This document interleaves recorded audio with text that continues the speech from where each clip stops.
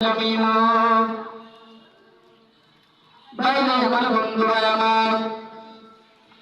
যে ঘটনাটা আমি বলতেছিলাম, নবী বললেন, ও আমার বুড়িমা, আপনি বসেন, আমি আপনার জন্য খাবার নিয়ে আসছি। তখন বুড়িমা বসে গেলেন। নবী আমার খানা নিয়ে চলে আসলেন। আসার বাদে হাত মুখ ধুয়ে ভিক্ষু খেতে বসলেন। কিন্তু খানা খাওয়ার আগে সে বিসমিল্লাহ বলল না।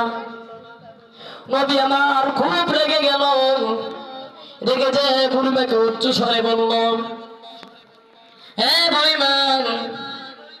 হে বুড়িমা, তুমি যার খানা পাইতেছ, যে তোমাকে সৃষ্টি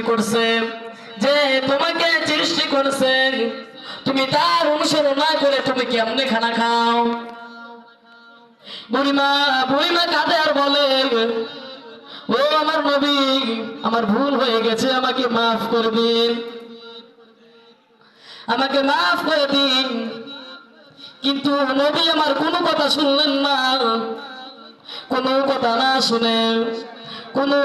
না শুনে ভিক্ষুককে দ্রুত দাঁড়িয়ে দিলেন। দাঁড়িয়ে দেওয়া মাত্রই ইব্রাহিম আলাইহিস সালামের উপরে ওহী নাযিল হলো।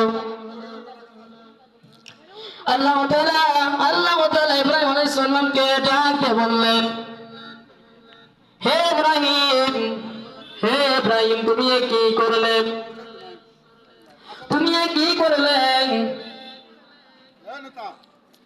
80 বছর ধরে এই অবিশ্বাসকে আমি